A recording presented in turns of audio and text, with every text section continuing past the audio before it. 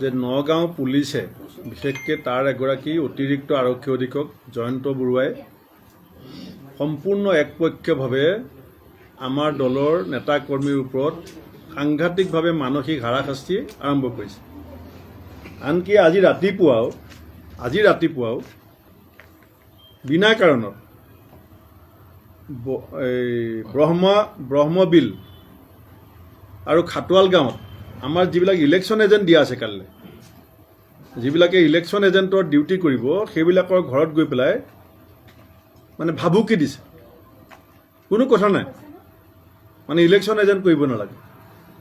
এই পৰ্যায়ত চামগুৰি ৰূপহী আৰক্ষী আৰু এডিশ্যনেল এছ পি জয়ন্ত বৰুৱাই এই ধৰণৰ আইন বিৰুদ্ধ কাম কৰি আছে।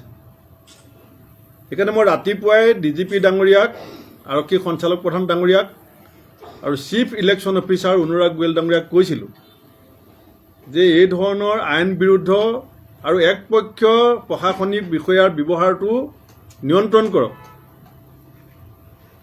আৰু যদি নিয়ন্ত্ৰণ নকৰে DGP অফিচৰ সন্মুখত অনশনত বহা কথা কৈছোঁ। কিন্তু খন্তেক আগতে DGP ডাঙৰীয়াই এটা বাৰ্তা দিছে যে তেখেতে নগাঁও পুলিচক নিৰ্দেশ দিছে যে পুলিচে নীতিগতভাৱে আইনগতভাৱে কাম কৰিব। এতিয়া আমাৰ দলৰ 3জন ল'ৰাক গ্ৰেপ্তাৰ কৰি ৰখা হৈছে 109 ছেকশ্যনত। 109 হ'লে কোৰ্টত গৈ পেলাই বেল ল'ব লাগিব। আপোনালোকে, মই নকওঁ যে আমাৰ ল'ৰাকেইটা দোষী নে নিৰ্দোষী, আইনে বিচাৰ কৰিব। কিন্তু গুলি কোনে ফুটাইছে, তানজিল হুছেইনৰ গাড়ী কোনে ভাঙিছে, আমাৰ 5-6জন MLA গাড়ী কোনে ভাঙিছে, এইবিলাকৰতো ভিডিঅ' ফুটেজ আছে। তথাপিতো যিহেতু DGP ডাঙৰীয়াই মোক এটা বাৰ্তা দিছে, মই তেখেতৰ বাৰ্তাটোৰ ওপৰত বিশ্বাস ৰাখিছোঁ যে অসমৰ আৰক্ষী সঞ্চালক প্ৰধানৰ বাৰ্তাটোৰ প্ৰতি মই সন্মান জনাইছোঁ। তেখেতে কৈছে নগাঁও পুলিচে নিৰপেক্ষভাৱে আইনগতভাৱে ব্যৱস্থা ল'ব। গতিকে আমি সকলোৱে চকু ৰাখিম।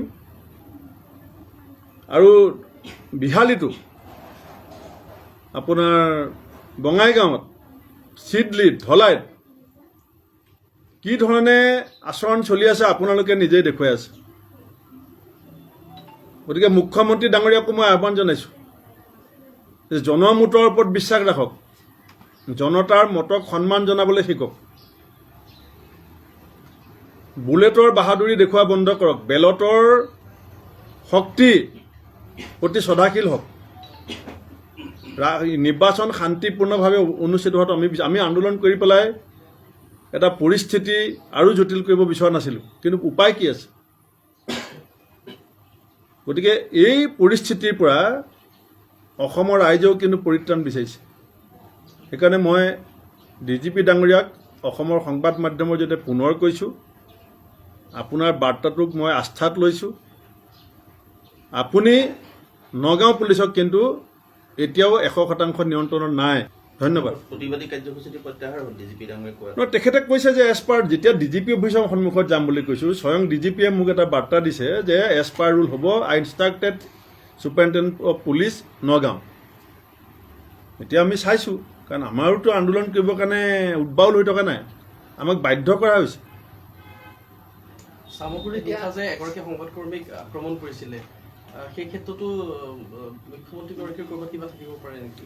নহয় চাওক, সংবাদকৰ্মীক আক্ৰমণ কৰাৰ কথাটো আপোনালোকে যিমান কথা কৈছে এইটো মই বেয়া পোৱা নাই, কিন্তু প্ৰাৰ্থীজনৰ গাড়ীখনত আক্ৰমণ কৰাৰ কথাটো কিন্তু আপোনালোকে নুলিয়ায়। 5জন MLA গাড়ী ভাঙি দিলে, ভিডিঅ' ফুটেজ চলি আছে চাৰিফালে, কোনে ভাঙিছে, কাৰ ঘৰৰ আগত ভাঙিছে, লাঠি লৈ থকা মানুহ, গাড়ীত মাৰ মাৰি থকা মানুহৰ ফটো আছে, সেইটো কিন্তু কোনেও নাপাতে। তাৰমানে সংবাদকৰ্মীজন মাৰ খোৱাৰ লগে লগে আমি চবেই মাত মাতিম, তানজিল হুছেইনে মাৰ খালে আমি মাতিব নালাগে।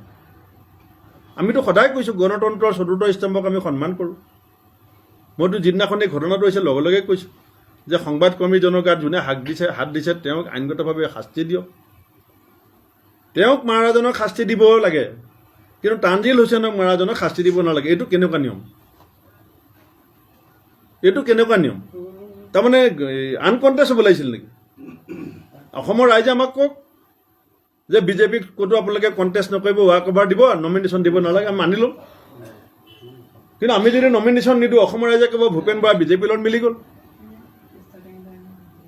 ভূপেন বৰা বিজেপিক আমি CPIM লগত দিবলৈ বিচাৰোঁতে আপোনালোকৰ ডাঙৰ ডাঙৰ সংবাদ মাধ্যমে ক'লে যে কংগ্ৰেছে আত্মসমৰ্পণ কৰিছে। আমি কোনফালে যাম?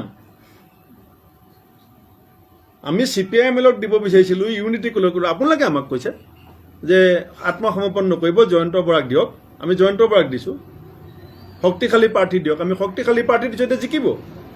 আমি ভাল পাইছোঁ আপোনালোকৰ দিক নিৰ্দেশনা।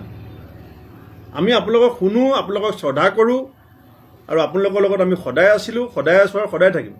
কিন্তু আমাকো গণতন্ত্ৰৰ শক্তিশালী য'ত বিৰোধী থাকিব তাত চৰকাৰ বেছি গতিশীল হ'ব। য'ত বিৰোধী শক্তিশালী হ'ব তাত চৰকাৰে ৰাইজৰ সেৱাত উৎসৰ্গিত হ'বলৈ বাধ্য হ'ব।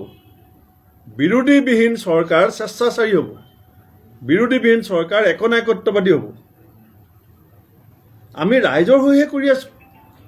বিৰোধীত থকাটো পাপ নেকি? বিৰোধী হৈ ইলেকশ্যন খেলাটো পাপ নেকি? নে কি বুজাব বিচাৰিছে? হিমন্ত বিশ্ব শৰ্মা ডাঙৰীয়াই ৰাজনৈতিক জীৱনত বিৰোধী থাকি পোৱা নাই। কেলে? তেখেতে আদৰ্শক বিশ্বাস নকৰে, তেখেতে নীতিক বিশ্বাস নকৰে, তেখেতে ধন সৰ্বস্ব ক্ষমতা সৰ্বস্ব ৰাজনীতিক বিশ্বাস কৰে। আমি আদৰ্শত বিশ্বাস কৰোঁ, এইটো ভুল নেকি? আমি নীতিৰ প্ৰতি শ্ৰদ্ধাশীল, এইটো ভুল নেকি? অসমৰ ৰাইজে এই কথা চাই আছে।